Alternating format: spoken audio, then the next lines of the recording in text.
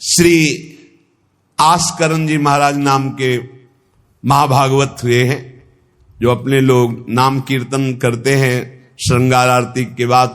हाँ, आस्करण मधुकर जयमल नृप हरिदास जन दासा, ऐसा आता है। तो आस्करण जी के इष्ट श्री राधा मोहन जी थे।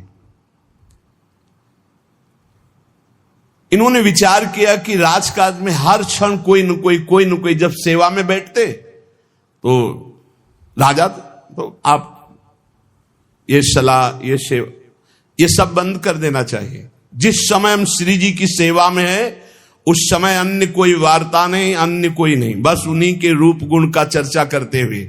अगर हम सेवा में हैं तो उनका चर्चा का तात्पर्य है पद गुनगुनाते, जिस समय की जो हम सेवा कर रहे हैं उस समय के पद गुनगुनाते हुए या उनकी रूप माधुरी में चित्त लगाए हुए सेवा में। श्री आस्करण जी ने अपनी सेवा को सुरक्षित रखने के लिए, ये नरवरगढ़ के राजा है, राजा को बहुत से कार्य होते हैं, पता नहीं किस समय कौन सी राजकीय व्यवस्था के लिए आवश्यकता पड़ जाए, तो ठाकुर सेवा में एकाग्रता की बहुत आवश्यकता होती है।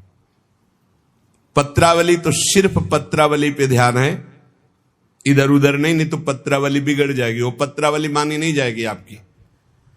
भोग लगा रहे हैं तो सिर्फ एक एक कवल पे ध्यान है आपका, बैठे हैं प्यारे जू कैसे पा रहे हैं, हित सजनी जू कैसे पवा रहे हैं, प्यारे जू कौन सी पदार्थ की तरफ देख रहे हैं, लाडली जू कौन से पदार्थ की तरफ देख, पूरी भावना में उससे डूब। श्रृंगार तो श्रृंगार कर रहे हैं, स्नान तो स्नान, मतलब सेवा में पूरी तन्मयता आवश्यकता है। अगर तन्मयता नहीं तो फिर बिगड़ जाएगा। मनुष्यों में श्रेष्ठ आस्करण जी ये नरवरगढ़ के राजा थे। इनके ठाकुर का नाम राधा मोहन जी था। ये प्रेम पूर्वक उनकी सेवा में कोई विघ्न न हो इसलिए 10 घड़ी तक का कठोर आदेश दे दिया था। 24 मिनट की एक घड़ी होती है, तो 10 घड़ी कितने हुए? 4 घंटे। 4 घंटे तक कोई भी अगर सूचना देने आया तो दंड प्राप्त करेगा, वो दंड उसको मिलेगा। 4 घंटे तक सूचना भी नहीं देनी है। जिस समय वो राधा मोहन जी की सेवा में गए तो द्वारपाल खड़े हो जाते थे, कोई भी अंदर प्रवेश नहीं करेगा। किसी भी तरह की कोई विपत्ति आ जाए, आग लग जाए, फिर भी सूचना नहीं देनी है। 4 घंटे सेवा में ये शिक्षा लेनी चाहिए। अपनी जब ठाकुर सेवा करें, हम कहते तभी करो, सब निपटा लो पहले फिर ठाकुर सेवा करो। ऐसा नहीं है कि जल्दी जल्दी तुम्हारा चित्त कहीं लगा हुआ है। अगर घर गृहस्थी में हो तो हम कई बार एकांतिक में बोल चुके हैं, पहले अपने पति पुत्र की तैयारी कर दो, उनको ऑफिस जाना है, उनको विद्यालय जाना है, सबकी तैयारी कर दो, जय जयकार करके उनको पवाओ, फिर इसके बाद अपने ठाकुर को स्नान कराओ, ठाकुर को भोग लगाओ, निश्चिंत हो करके। चित्त वृत्ति बार बार दौड़ रही है, ठीक बात नहीं। अगर हमें कभी कोई और कार्य हुआ तो हम पहले वो कार्य करते थे, फिर राधा वल्लभ जी के दर्शन जाते थे, क्योंकि हम राधा वल्लभ जी के दर्शन में खड़े वही चिंतन करेंगे, वो उनके पास जाना है तो पहले उनके पास हुआ है, फिर अगर कोई कार्य है तो हम वो निपटा के तब जाएंगे। ऐसी सेवा में अन्य कोई वार्ता नहीं, अन्य कोई चिंतन नहीं, अन्य कोई हमारी क्रिया नहीं, केवल सेवा में तत्पर। इसलिए उन्होंने कठोर नियम लगा रखा था, 4 घंटे तक कोई सूचना भी नहीं देगा। और आप मंदिर में राधा मोहन जी को 4 घंटे स्नान कराना, श्रृंगार कराना, आरती करना, फिर आरती करके भोग आदि सब करके फिर दंडवत करना। दंडवत के बाद जब प्रसाद चरणामृत लेकर उठते तब कोई बात हो तो बता सकते हैं। वो भी बात जब श्री जी की चिक डालकर बाहर निकले, उस समय द्वार पर चौकीदार बहुत सावधानी से कोई भीतर न जाने पावे। देखो, महापुरुषों से हमको शिक्षा मिलती कि हम कैसे ठाकुर सेवा करें। ठाकुर जुगल किशोर हमारे, इनकी सेवा हम कैसे करते हैं। आप 4 घंटे एकाग्रचित होकर केवल सेवा में ही डूबे, बड़ा सुख मिलता है। जब अपने श्री जी सौभाग्य दिए थे सेवा करने का, तो जैसा श्रृंगार करने के बाद जब दर्पण दिखाते थे तो रोना आता था। अपने प्रभु को श्रृंगारित देखकर जो हृदय में सुख मिलता है, रोम रोम आनंदित हो जाते थे। कभी कभी 2-2 बजे दोपहर तक बैठे फिर भिक्षा मांगने जाते थे। श्रृंगार करने के बाद पथ सुनाओ उनको, फिर उनकी रूप माधुरी देखो। भक्तों के नेत्र अलग होते हैं तो प्रभु उनका रसास्वादन भी अलग ही करवाते हैं। एक बार क्या हुआ, आवश्यक कार्य से नरवरगढ़ में दिल्ली के बादशाह का आगमन हो गया। बादशाह जो सैकड़ों राजाओं के ऊपर होता था और ये नरवरगढ़ के राजा थे। उसने आज्ञा करी, जाओ आस्करण जी को हमारे सामने जल्दी लिवा करके लाओ। और आस्करण जी का नियम था, राधा मोहन जी के मंदिर में गए तो सख्त आदेश, कोई सूचना नहीं पहुंचाएगा। सब आस्करण जी के जो रक्षक थे उन्होंने मना कर दिया, नहीं महाराज, ये आपकी सूचना भी नहीं पहुंच सकती, 4 घंटे आ ही नहीं सकते आस्करण जी। उसको बहुत क्रोध आया, बादशाह हो, मैं आदेश कर रहा हूं, एक छोटे राजा के सेवक हमें जवाब दे रहे। बादशाह ने आज्ञा का उल्लंघन, इससे बड़ा क्रोध हुआ और उसने बड़ी सेना बुलवा ली और सेनापति को आदेश किया कि जाओ बोल दो, नगर का नाश करवाना चाहते हो या हमारी आज्ञा का पालन करना चाहते हो। तुरंत आस्करण को भेजो, अन्यथा पूरी सेना बलात् नगर को नष्ट कर देगी और जबरदस्ती आस्करण को बंदी बना लिया जाएगा। बादशाह का आदेश, देखो परीक्षा होती। जब ये आदेश हुआ, सेनापति आया, निज दूतों से जो अंगरक्षक द्वारपाल, उनसे कहा, सबने कोई उत्तर नहीं दिया। 4 घंटे तक हम अपने राजा को सूचना भी नहीं दे सकते, जो तुम्हें करना हो करो। यह बड़ी बात है। बादशाह का हुक्म, बादशाह के सेनापति का हुक्म, सेवा में विघ्न ना पड़ जाए इसलिए कठोर नियम लिया था। पर सबके हृदय में घबराहट थी कि अब क्या होगा जब बादशाह नाराज हो गया, सेना आ गई, सेनापति आ गए, अब क्या होगा। सेनापति ने बादशाह से कहा कि अब क्या हुक्म है, वहां से मना हो गया है, आपकी आज्ञा का उल्लंघन, हमारी आज्ञा का उल्लंघन, हमारा भय दिखाना सब व्यर्थ चला गया। बादशाह ये बड़ा आश्चर्य हुआ कि ये आस्करण जी के पास सूचना ही नहीं पहुंचाई जा रही और हमारे भय का इसके ऊपर कोई असर नहीं। पर आस्करण जी बहुत साधु प्रकृति के हैं, बड़े प्रियजन हैं, आक्रमण करना तो उचित नहीं, मैं स्वयं जाकर के देखूं क्या बात है। राजा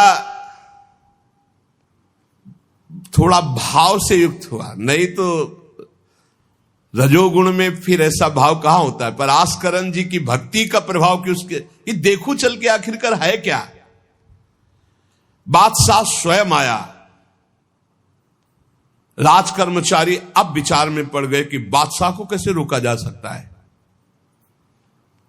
सब जितने उनके अंगरक्षक सबको रोक दिया। ये बड़ी बात है, यह है भगवान की आराधना का बल। नहीं, बादशाह को कौन रोक सकता है, एक छोटे राजा ये है, उनके सैनिकों ने, द्वारपालों ने रोक दिया और बादशाह से कहा राज आज्ञा का उल्लंघन हम नहीं कर सकते, ना हम सूचना दे सकते हैं और ना किसी और को अंदर जाने दे सकते हैं, किसी और को अंदर नहीं जाने दे, तो हम जा सकते हैं। बोले हां आप बादशाह हैं, आप जा सकते हैं, लेकिन आपके साथ कोई नहीं। बादशाह राजी हो गया, देखे आखिरकार अंदर क्या है। वहां जाके देखा तो आस्करण जी की सेवा हो चुकी थी संपूर्ण, अब वो दंडवत कर रहे थे। आस्करण जी अपने ठाकुर की संपूर्ण सेवा करके दंडवत अपनी पूरी कर रहे थे। अब जैसे 108 दंडवत तो समय लगेगा।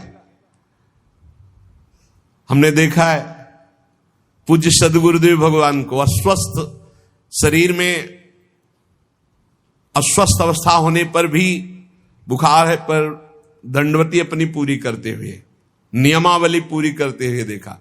क्योंकि जैसे ब्रज की 84 कोस की परिक्रमा में तो श्री जी साथ थी, बहुत थकान, बहुत शरीर कष्ट में, पर आप अपनी दंडवती जरूर पूरी करते हैं। गुरुदेव भगवान को देखा, महापुरुष नियमनिष्ठ होते हैं, जो नियम ले लिया उससे तोड़ते नहीं।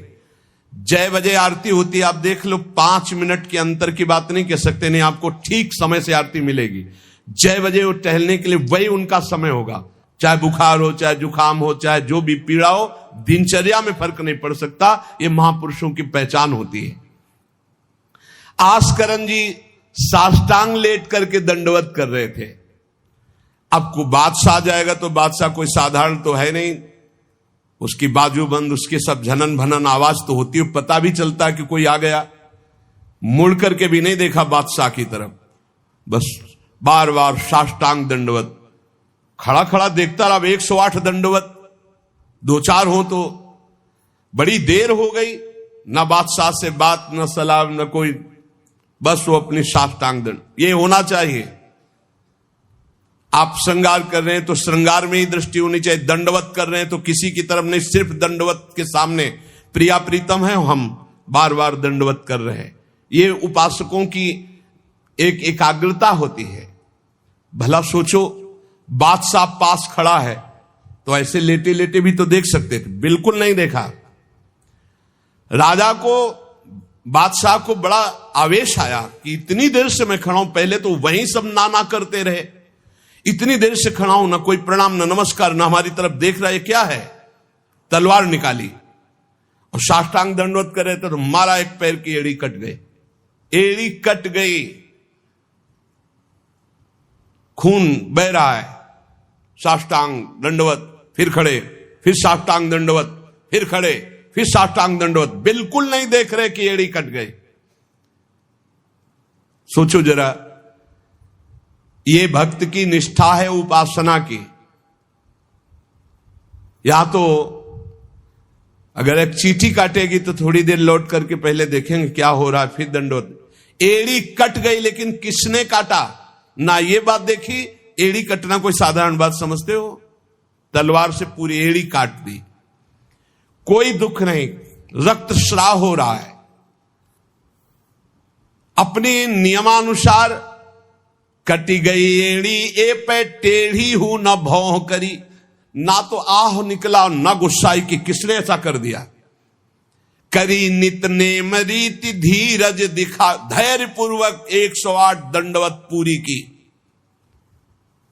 पूरा जब संपन्न कर लिया, इसके बाद पीछे हटे, चिक गिराई, क्योंकि समझ चुके थे कि ये तलवार चलाने की हमारे ऊपर हिम्मत केवल बादशाह की हो सकती, दूसरे की नहीं।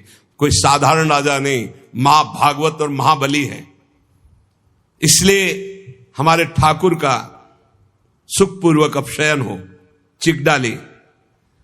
आस्करण जी ने जब चिक डालकर पीछे मुड़कर देखा तो बादशाह तो शिष्टाचार के अनुसार जोहार किया। राजा की भगवत सेवा, नियम निष्ठा, ये देखकर बादशाह बहुत प्रसन्न हुआ और कहा, मैंने आज देखा ईश्वर के प्रेम की सच्चाई को।